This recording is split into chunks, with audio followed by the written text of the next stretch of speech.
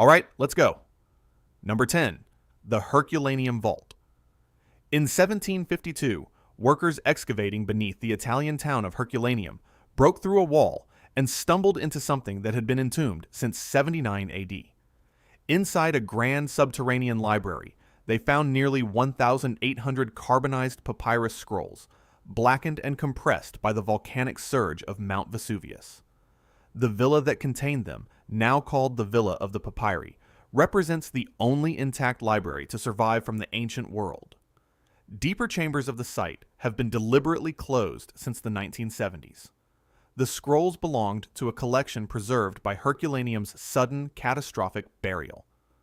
Unlike Pompeii, which was smothered by ash over hours, Herculaneum was hit by a superheated pyroclastic surge that carbonized organic material almost instantly, sealing it in a kind of accidental preservation.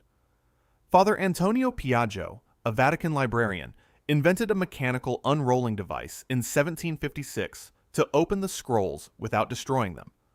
Progress was agonizingly slow, and many scrolls crumbled before a single word could be read. Predominantly philosophical works by Epicurean writer Philodemus survived among the readable texts. What makes the Herculaneum Vault genuinely cryptic is what scholars believe remains below.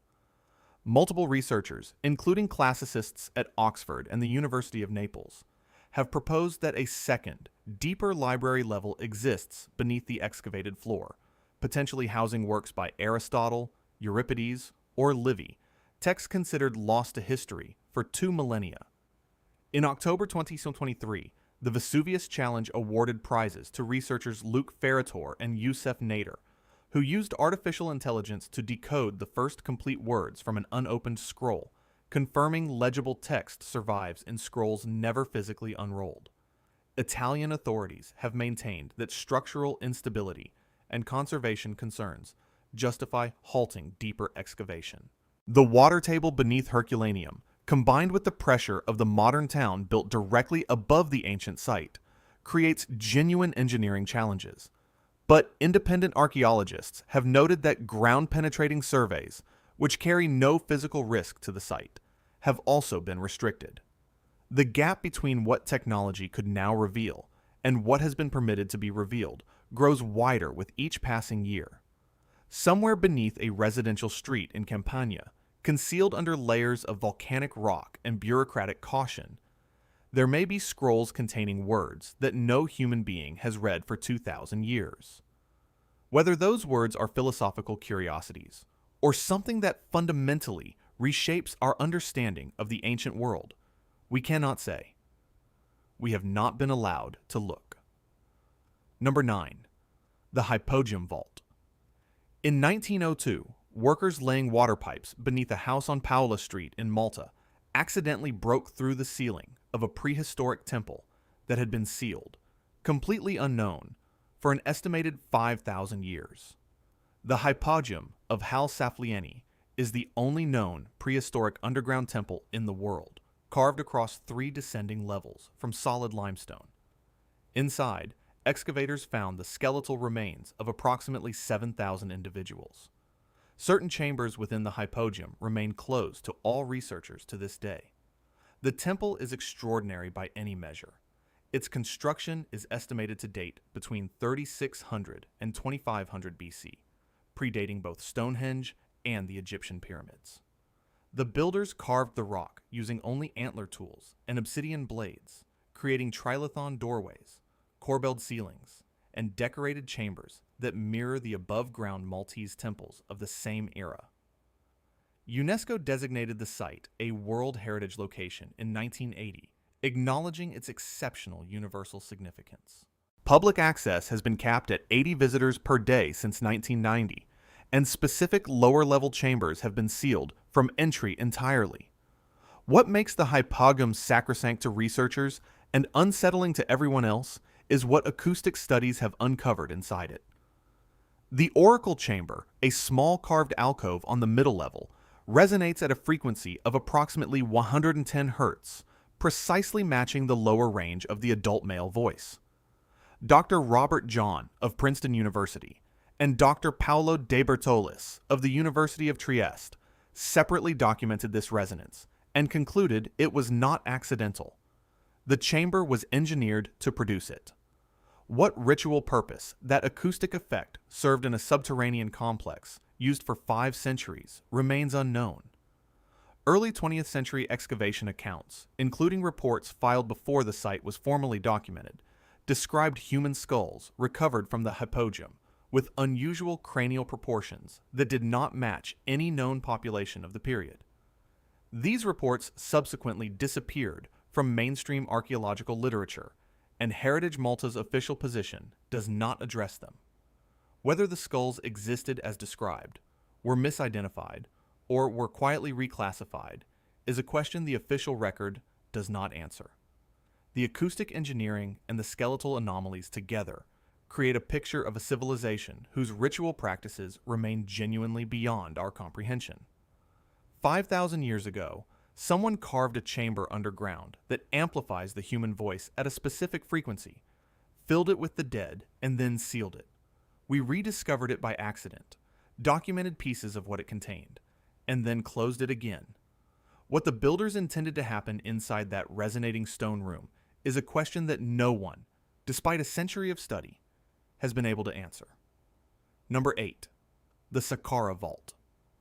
In November 2018, Egyptian archaeologist Dr. Mostafa Waziri, Secretary General of Egypt's Supreme Council of Antiquities, led a team into a tomb at the Saqqara necropolis south of Cairo that had remained undisturbed for 4,400 years. The tomb belonged to Wati, a high priest who served during the 5th dynasty reign of Pharaoh Neferkare-Kakai. Inside, the painted walls retained colors so vivid they appeared freshly applied. Within weeks of the opening, 3 members of the excavation team had been hospitalized. A deeper sarcophagus chamber was resealed shortly afterward. Saqqara is one of the most extensively excavated sites in Egypt, a necropolis stretching across 7 kilometers of desert plateau that served as the royal burial ground for the ancient capital of Memphis. The preservation conditions within its sealed tombs are exceptional, maintained by low humidity, stable temperatures, and the near-total absence of air circulation across millennia. When a tomb of this age is opened correctly, it should present no unusual hazard beyond the standard precautions taken by any experienced excavation team. Waziri's team was experienced. The hospitalizations were not standard. What makes ancient sealed environments genuinely hazardous is biological, not supernatural. Fungal spores, particularly species of Aspergillus, including Aspergillus niger and Aspergillus flavus, can survive in oxygen-depleted conditions for thousands of years, preserved in a kind of suspended state within the interred environment. When a sealed tomb is opened and fresh oxygen enters, those spores can become active almost immediately. Modern humans carry no immune resistance to organisms that evolved in complete isolation. This phenomenon, documented across multiple Valley of the Kings excavations, has been proposed as the scientific explanation for what earlier generations called the Pharaoh's Curse. The Egyptian Ministry of Antiquities did not publicly confirm the specific medical cause of the 3 hospitalizations from Waziri's team. Press reports from December 2018, including accounts published by the BBC and Egyptian newspaper Al Ahram, named the incident without receiving an official explanation. 3 additional chambers within the Wadi tomb were identified, but not entered during the excavation. Their current status has not been addressed in any subsequent official communication from the ministry.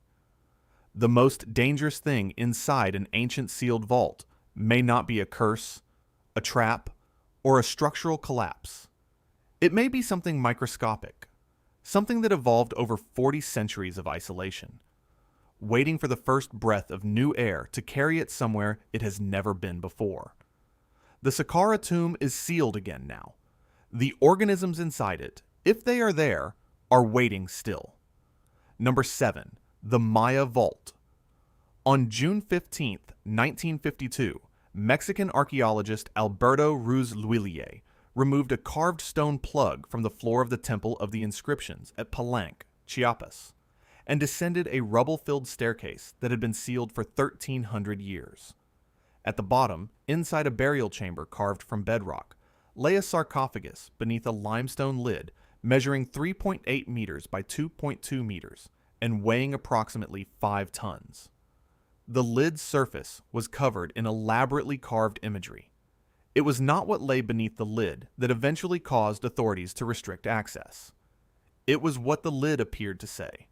The tomb belonged to Kinich Janaab Pakal, known as Pakal the Great, who ruled the Maya city-state of Palenque from 615 to 683 AD.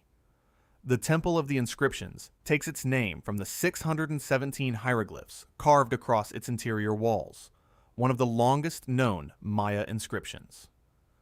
INA, Mexico's National Institute of Anthropology and History, administers the site and controls access to the sarcophagus. The sarcophagus lid has never been removed for independent physical examination. The tomb chamber itself is accessible only under supervised, restricted conditions. The lid's iconography depicts a figure descending into the jaws of the underworld, surrounded by cosmological symbols representing the Maya conception of death and rebirth. This is the interpretation endorsed by INAH and the mainstream epigraphic community.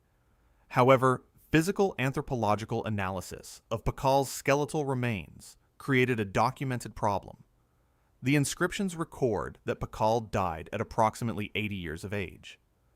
Independent examination of the skeleton, as published in academic anthropological literature, suggested the bones belonged to someone between 40 and 50 years old at death. The two accounts cannot both be correct, and no official reconciliation has been offered. INA has declined proposals to remove the sarcophagus lid for more detailed examination, citing the risk of damage to an irreplaceable artifact. Researchers, including epigrapher David Stewart, have proposed alternative readings of the timeline inscriptions that partially address the discrepancy. However, adjacent sealed chambers reported during the original excavation have never been publicly entered or documented. Whatever Rousselier noted in his private excavation logs about those chambers has not appeared in the official archaeological record published by INA. An institution controlling what a text is permitted to mean is a subtler form of concealment than a locked door, but it is concealment nonetheless. The vault at Palenque is open, in a limited sense, but the questions it raises about the man inside it and the chambers beside it remain as sealed as the staircase was on the morning of June 15, 1952. What other answers might be waiting in the parts no one has been authorized to examine? Number 6. The Tarim Vault. In the 1990s, Chinese archaeologists excavating the Tarim Basin in Xinjiang province uncovered something the existing historical record was entirely unprepared to accommodate. Preserved in the desert salt for up to 4,000 years were hundreds of mummified bodies with red and blonde hair, blue and green eyes, and facial features bearing no resemblance to any ancient East Asian population. The specimens were extraordinarily well preserved, their clothing and physical features intact in remarkable detail. Access to the most complete specimens was formalized as restricted to foreign researchers around the year 2000. Two of the most significant specimens carry names drawn from their discovery sites. The Beauty of Lulin, dated to approximately 1800 BC, was found near the ancient Silk Road oasis of Lulin. Shirchenman, dated to around 1000 BC, was recovered near the town of Kiemo, and was buried alongside woolen textiles woven in tartan-like patterns comparable to European Bronze Age fabrics. Dr. Victor Mayer of the University of Pennsylvania has spent decades as the primary Western researcher attempting to study the mummies, and has documented the progressive tightening of access restrictions over that period. In September 2021, a landmark genomic study published in the journal Nature resolved part of the mystery, while deepening it considerably. The research confirmed that the Tarim mummies were not migrants from the west or east, but descended from an ancient North Eurasian population, an isolated lineage that had remained genetically distinct for thousands of years. This meant they did not arrive via known migration routes. They were already there, in the center of Asia, before the civilizations credited with discovering those routes had developed the capacity to travel them. The established model of Central Asian prehistory required revision. The political dimension of the Tarim mummies is inseparable from their archaeological significance. The Xinjiang region is home to the Uyghur people, a Turkic Muslim population whose relationship with the Chinese government has been extensively documented as deeply contested. The question of who arrived in Xinjiang first carries significant political weight in that context. The Chinese government's official position on the mummies has shifted over time, and independent access to the most complete specimens for further genomic or isotopic analysis remains severely restricted. The most politically dangerous artifact in the world is not always a weapon. Sometimes it is a body, preserved in salt for 4,000 years, whose DNA rewrites the story of who was where first and when. The Tarim mummies are sealed away, not because they are fragile, but because what they contain, written in the irreversible language of ancient genetics, is still too inconvenient to be fully heard. Number 5. The Lady Dai Vault.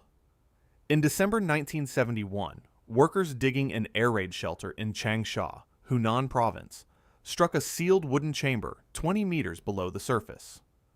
Inside, submerged in approximately 80 liters of a reddish-brown liquid, was the body of a woman who had been dead for 200 years. Her skin was still soft to the touch. Her joints retained their flexibility. Type A blood was still identifiable in her veins. Scientists transported her to the Hunan Provincial Museum, conducted a full autopsy, and have spent the decades since attempting to understand how she was still, in any meaningful biological sense, intact. The woman was Xinjui, known as Lady Dai, wife of Li Kong, Chancellor of the Changsha Kingdom during China's Han Dynasty. She was interred at the Mawangdui burial complex, sealed inside 4 nested lacquered coffins wrapped in 20 layers of silk, with the innermost coffin submerged in the preservation liquid within an airtight wooden chamber. The burial inventory recovered alongside her body exceeded 1,000 items, including silk manuscripts, lacquerware, food offerings, and a complete map of the Changsha region. The outer tomb was dated by radiocarbon analysis to approximately 168 BC. The preservation liquid has been the subject of sustained chemical analysis since the discovery. It is mildly acidic, contains trace quantities of mercury, and carries magnetic particles whose purpose and origin remain unexplained. The combination of the liquid's chemistry, the airtight coffin system, and the stable subterranean temperature created an environment that halted biological decomposition almost entirely. Every attempt to deliberately replicate these conditions in laboratory settings has failed to produce comparable results. No single element of the preservation system is, individually, unprecedented. The specific combination has never been recreated. Lady Dai's autopsy revealed she suffered from coronary artery disease, had a damaged spine consistent with significant obesity in later life, and had consumed a substantial meal of melon shortly before death, with seeds still identifiable in her digestive tract. Her death was consistent with a heart attack. The clinical detail available from her examination surpasses what is possible from any other ancient body in the world. She is the most medically legible person from the ancient world, a complete clinical picture, 2,100 years old, recovered from 20 meters underground in a liquid no one has been able to explain. The formula that preserved Lady Dai was either the product of deliberate and sophisticated chemical knowledge that Han Dynasty civilization possessed and did not transmit, or the result of an accidental convergence of conditions so specific that it has never occurred again in the 2,100 years since her burial. Both possibilities are extraordinary. Neither has been ruled out. What other preserved individuals might be waiting beneath Chinese soil, interred in methods we do not yet understand, is a question archaeology cannot currently answer. Number 4. The Osiris Vault. In 1999, Dr. Zahi Hawass, then Secretary General of Egypt's Supreme Council of Antiquities, descended into a subterranean shaft carved from the bedrock of the Giza Plateau, located directly beneath the causeway of the Great Sphinx. At the bottom of the shaft, approximately 33 meters below the surface, he entered a flooded chamber. In the center of that chamber, partially submerged, sat a large uninscribed basalt sarcophagus. Hawass documented the discovery, photographed the chamber, and the site was sealed again. It has not been fully excavated since. The structure, known as the Osiris shaft, descends through 3 distinct levels. The upper levels contain carved niches and were noted by Egyptologist Salem Hassan during his 1930s excavations, though their full extent was not then explored. 18th dynasty cartouches were identified on limestone blocks in the upper shaft, providing one chronological anchor, though whether those blocks were original to the structure or introduced later remains debated. The lowest level, where Hawass found the sarcophagus, sits below the water table. The source of the water, whether natural seepage from the Nile aquifer or deliberate ancient engineering, has never been conclusively determined. The basalt sarcophagus carries no inscription, no cartouche, no hieroglyphic text of any kind. In a culture that inscribed virtually every formal surface, an uninscribed burial vessel of this scale is anomalous. The chamber around it showed evidence of having been accessed in antiquity, with some debris suggesting deliberate clearing rather than gradual accumulation. What the sarcophagus originally contained, and when it was emptied, if it was ever filled at all, cannot be determined without full excavation of the flooded space and analysis of the sediment beneath it.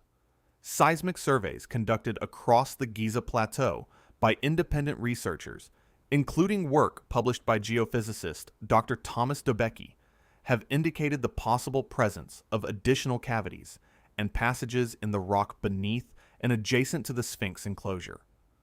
Researchers who have applied for permits to conduct ground-penetrating radar surveys of the area immediately surrounding the Osiris shaft have reported those applications refused by Egyptian authorities. No official explanation for the permit refusals has been publicly issued. Beneath the most studied archaeological site in human history, there's a flooded room with an empty stone box that nobody has been allowed to properly examine, adjacent to passages that nobody has been permitted to scan. The Giza Plateau has been excavated, surveyed, and scrutinized for 2 centuries. Whatever is still concealed beneath it has survived all of that attention completely undisturbed. Something about the Osiris vault, specifically, has been left sealed. Whether that is caution, conservation, or something more deliberate is a question the Egyptian authorities have not chosen to answer. Number 3. The Tutankhamun Vault.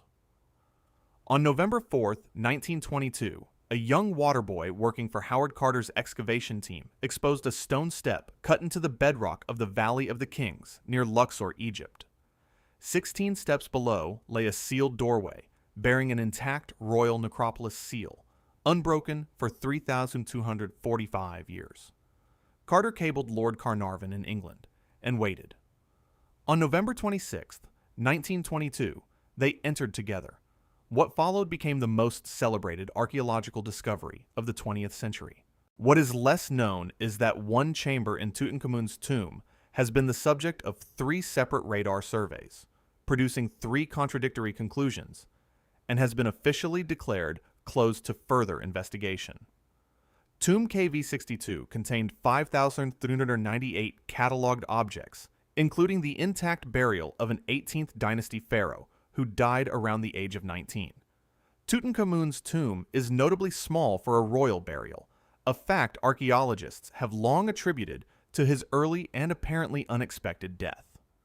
The burial arrangement suggests it was prepared rapidly, and that the tomb may not have been originally intended for him. The 4 chambers Carter discovered have been extensively studied, and the artifacts now reside in the Egyptian Museum in Cairo. But in 2015, Egyptologist Nicholas Reeves of the University of Arizona published a detailed hypothesis that changed the conversation entirely. Reeves proposed, based on high-resolution photographic analysis of the tomb's north wall, that decorated plaster concealed 2 additional doorways leading to previously unknown chambers. He further suggested that one of those chambers might contain the burial of Nefertiti, the legendary queen whose tomb has never been found. The Egyptian Ministry of Antiquities commissioned radar surveys in response. In 2015, Japanese researcher Hirokatsu Watanabe reported anomalies behind the north wall consistent with void spaces. In 2016, a National Geographic affiliated team returned an inconclusive result. In 2018, a team from Turin Polytechnic found no evidence of any chambers whatsoever. 3 surveys of the same wall using comparable technology produced completely incompatible results. In 2020, the Egyptian Ministry of Antiquities issued an official statement declaring the investigation closed, citing the 2018 Turin findings as definitive, without publicly reconciling the contradictory data from the earlier surveys. Reeves and other researchers disputed the closure publicly. No independent review of the raw data from all 3 surveys has been made available. The ministry has not granted further survey permits for the north wall of KV62. The most scrutinized tomb in human history may still contain its greatest secret, sealed behind a plastered wall that 3 separate scientific teams examined and could not agree on. 3 surveys. 3 answers. 1 closed investigation. That is not the resolution of a mystery. That is the administrative decision to stop asking a question that someone, somewhere, found increasingly uncomfortable to have asked.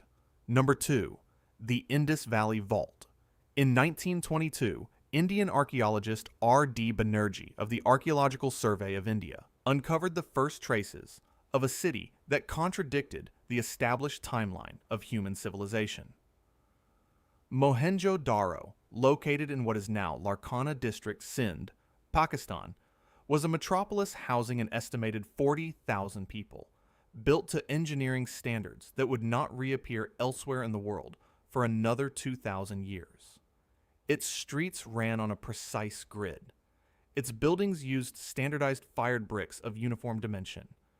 Its drainage network carried wastewater through covered channels beneath every major road.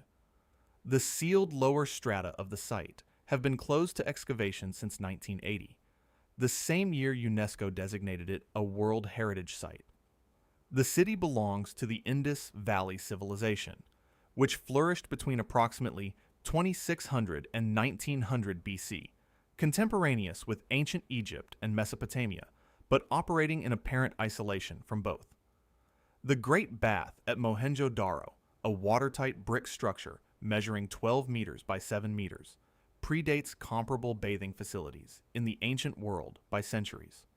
The Indus script, found on approximately 4,000 surviving inscriptions, remains completely undeciphered, representing one of the longest-standing unsolved problems in linguistics. No bilingual key comparable to the Rosetta Stone has ever been discovered, and no consensus on even the language family of the script has emerged among researchers.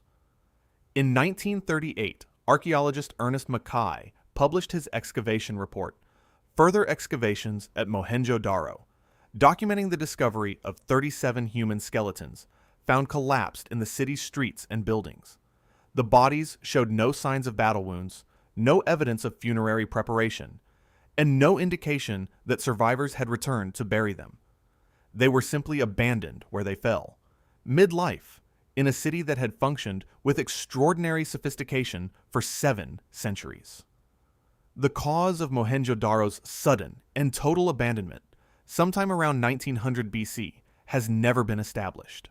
The lower strata, where the oldest occupation layers are presumed to lie, remain unexcavated beneath the water table.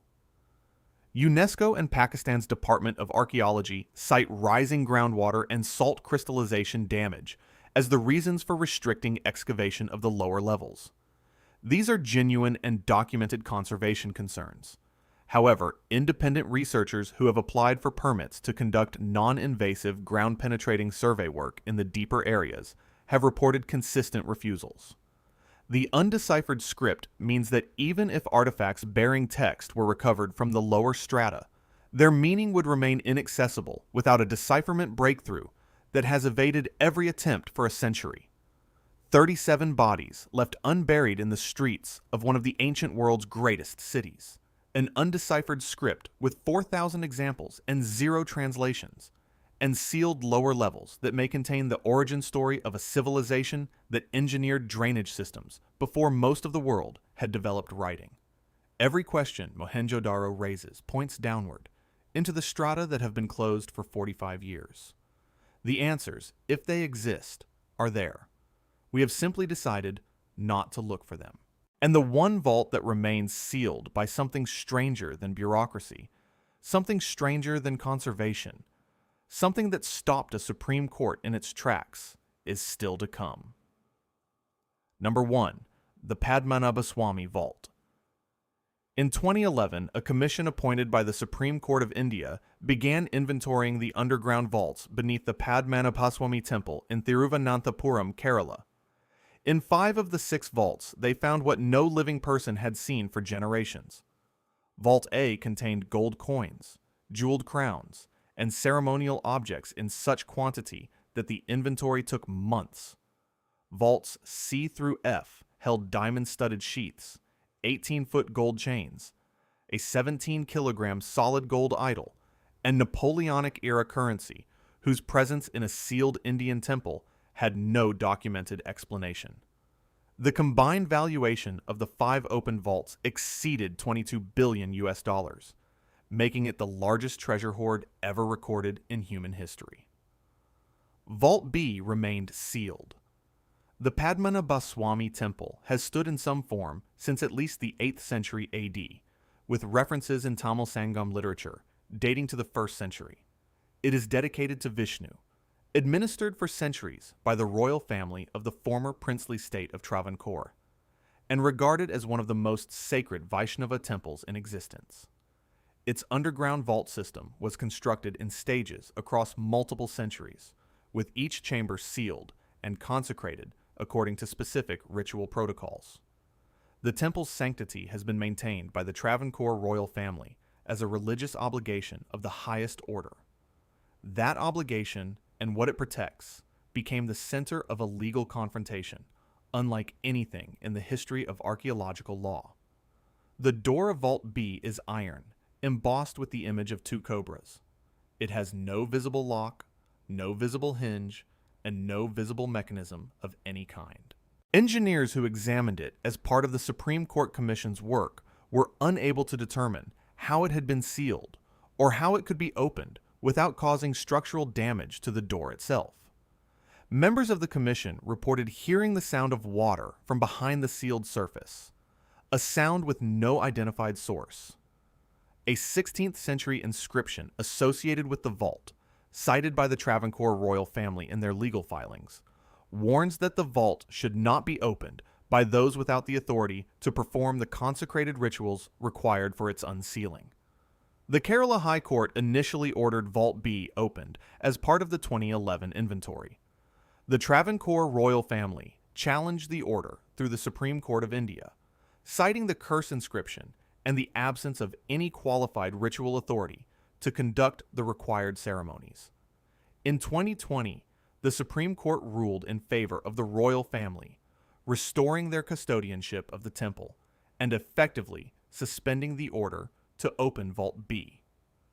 The amicus curiae appointed to advise the court stated in official proceedings that the contents of Vault B were, in their assessment, beyond estimation.